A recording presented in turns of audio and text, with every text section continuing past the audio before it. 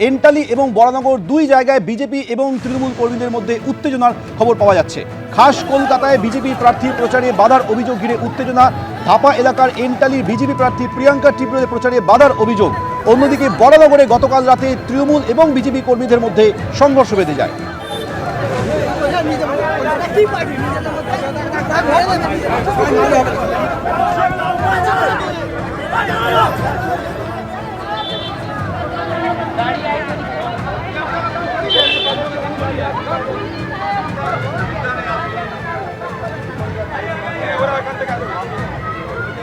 ধাপা এলাকায় এন্টালি বিজেপি প্রার্থী প্রিয়াঙ্কা টিবরেলের প্রচারে তৃণমূল বাধা দিয়েছে বলে অভিযোগ উঠেছে। সেই ঘটনাকে কেন্দ্র করে উত্তেজনা ধাপা এলাকার এন্টালিতে। ইতিমধ্যেই লালবাজারের দ্বারস্থ হয়েছেন প্রিয়াঙ্কা টিবরেল। সরাসরি আমাদের সঙ্গে এই মুহূর্তে রয়েছে আমাদের প্রতিনিধি আবির দত্ত। আবির, ঠিক কি ঘটেছে? দেখো, আমরা যেটা দেখতে পেলাম যে আজকে ফের উত্তেজনা শহর কলকাতাতে। এবার এন্টালি এবং এন্টালি বিধানসভার অন্তর্গত ধাপা অঞ্চল, সেখানে বিজেপি প্রার্থীকে বাধা দেওয়ার অভিযোগ। এই যে দেখা যাচ্ছে যে কজন দাঁড়িয়ে রয়েছেন তারা বিজেপি কর্মী এবং তারা লালবাজারে এসে পৌঁছেছেন। লালবাজারে বিজেপি প্রার্থী প্রিয়াঙ্কা টিবরেল তিনি অভিযোগ দায়ের করছেন। কিন্তু যে অভিযোগগুলো উঠছে সেগুলো হচ্ছে, প্রথমত তারা যখন আজকে প্রচার করতে যাচ্ছিলেন তখন তাদেরকে বাধা দেওয়া হয়, দ্বিতীয়ত মারধর করা হয়, প্রবীরদের ক্যামেরা পার্সন দেখাচ্ছে, এবং তার সাথে সাথে তৃতীয়ত প্রার্থী তাকে বাধা শুধু নয় তাকে মারধরও করা হয়েছে, এমনটাই অভিযোগ। সরাসরি কথা বলবো কারা এই পিছনে রয়েছেন এবং আজকে লালবাজারে আসার পেছনে কারণটা কি? আজকে আমাদের সকালের ক্যাম্পেনিং ছিল, যেটা ডিপি বলে একটা প্লেস আছে ওখানে, উইথ পারমিশন সব কিছু আমাদের ডোর টু ডোর ভালো করে মহিলাদের সাথে দেখা করা, কথা বলার আমাদের প্রার্থী করছিলেন দিদি প্রিয়াঙ্কা টিবরেল। কিন্তু অল অফ আ সাডেন কি হয়েছে, কিছু মহিলারা আছে ওরা নিজের বাড়ি থেকে বের হলো জাস্ট ডান্ডা নিয়ে। কিছু ওরা টিএমসির পার্টির সব কিছু, কেন ওরা আমরা যখন আমাদেরকে আক্রমণ করে 101% আক্রমণ ভয়ঙ্কর ভাবে আমাদের সবাইকে, সব কর্মীকে, আমাদের যে প্রার্থী আছেন ওনাকে, ওদের হাতে যাই ছিল না কেন, জুতো ছিল, জুতো দিয়ে মেরেছে, জলের বালতি ছিল সেটাই তুলে মেরেছে, ডান্ডা তুলে মেরেছে, ঝেঁটা নিয়ে মেরেছে, যেটা দিদি ওদেরকে শেখা। কারা কারা আক্রান্ত হয়েছেন আপনাদের? কারা কারা আপনাকে? হ্যাঁ, দেখুন, এই দেখুন দেখুন পায়ের অবস্থা। এখন আজকে আপনারা থানায় এসেছেন, এই লালবাজারে এসেছেন, মূলত কি অভিযোগটা নেই? আমরা পুরো যে পুলিশ স্টেশন আছে ফুল উইথ ওসি আমরা সাসপেন্ড করাতে চাই। কোন কোন থানা? পুরো ওখানে আপনার প্রগতি ময়দান হচ্ছে। একেবারে অর্থাৎ শুধুমাত্র বিজেপি প্রার্থী প্রচারে বাধা নয়, বরং বিজেপি কর্মীদের তৃণমূল মারধর করেছে বলে অভিযোগ করছেন বিজেপি কর্মীরা। তুমি আমাদের সঙ্গে থাকো। কয়লা পাচার মামলার তদন্তে আইপ্যাকের ডিরেক্টর এবং সহ প্রতিষ্ঠাতা বীরেশ চান্ডেলকে গ্রেপ্তার করল এনফোর্সমেন্ট ডিরেক্টরেট। তার বিরুদ্ধে বেআইনি লেনদেনের অভিযোগ রয়েছে। পশ্চিমবঙ্গের বিধানসভা ভোট শুরুর মাত্র 10 দিন আগে এই গ্রেপ্তারি ঘিরে শুরু হয়েছে রাজনৈতিক তরজা।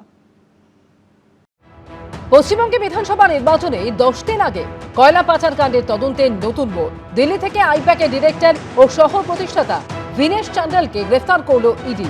এর আগে 2 এপ্রিল চান্ডেলের দিল্লির ঠিকানায় হানা দিয়েছিল ইডি। সেই সময় বেশ কিছু নথিপত্র বাজেয়াপ্ত করা হয় বলে ইডি সূত্রে দাবি। সোমবার সেই বীরেশ চান্ডেলকেই কয়লা পাচার মামলায় বেআইনি লেনদেনের অভিযোগে গ্রেফতার করল ইডি।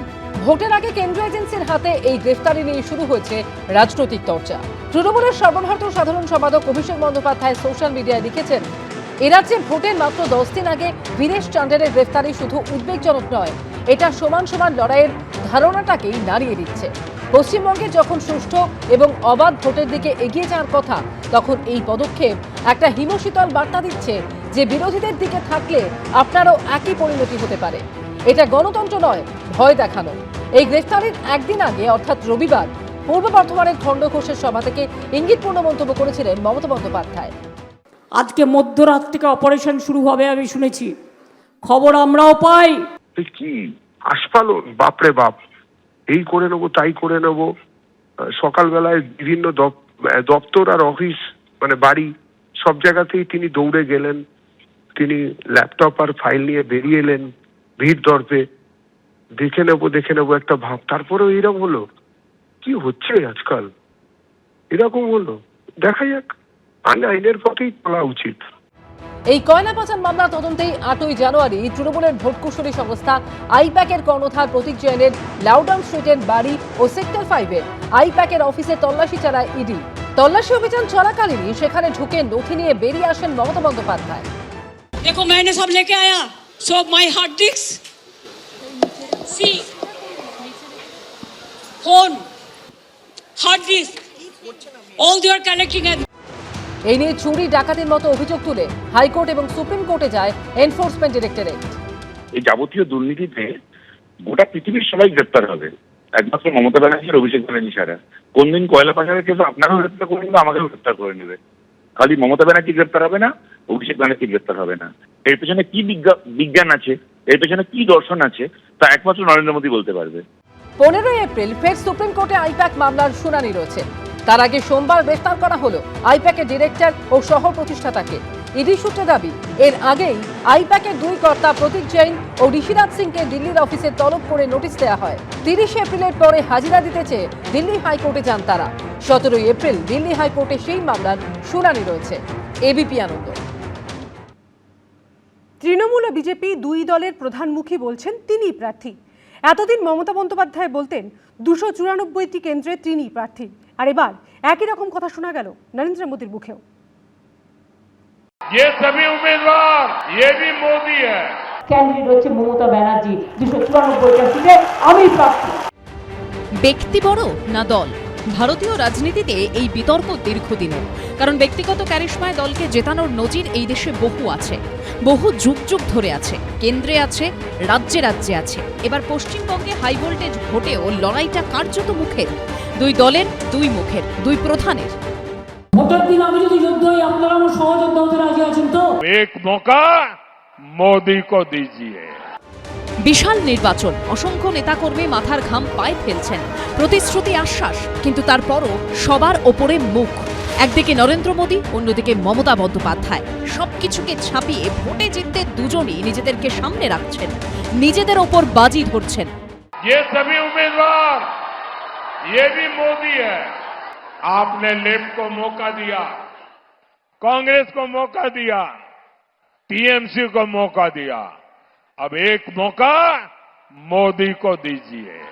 নরেন্দ্র মোদীর এই মন্তব্য নিয়ে খোঁচা দিয়েছেন মমতা বন্দ্যোপাধ্যায়।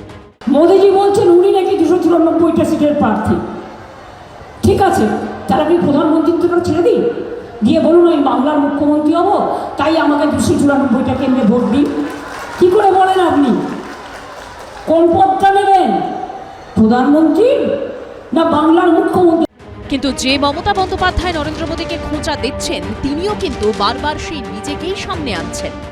ভুলে যান যে আপনার প্রার্থী, মনে রাখবেন আমি আপনার প্রার্থী সব জায়গায়। আমার মুখটা মনে করবেন আর একটা করে ভোট ওনাকে দেবেন। এই একটি ক্ষেত্রে নরেন্দ্র মোদী মমতা বন্দ্যোপাধ্যায়ের সুর এক। घर घर जाएंगे, आप जहां भी जाए लोगों से मिले, उनको कहना मोदी जी आए थे और मोदी जी ने परिवार के सबको पोइला बैशाख की शुभकामना भेजी है। আমার মনোনয়ন নিয়ে 4 ঘন্টা স্কুটনিতে আমাকে জানিয়েছে, আমি এদের ছেড়ে দেবো, আমি ছেড়ে দেবো এদের।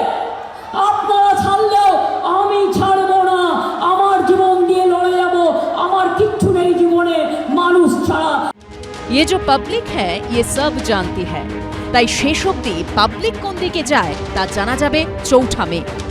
এবিপি আনন্দ। এবিপি আনন্দ, এগিয়ে থাকে, এগিয়ে রাখে।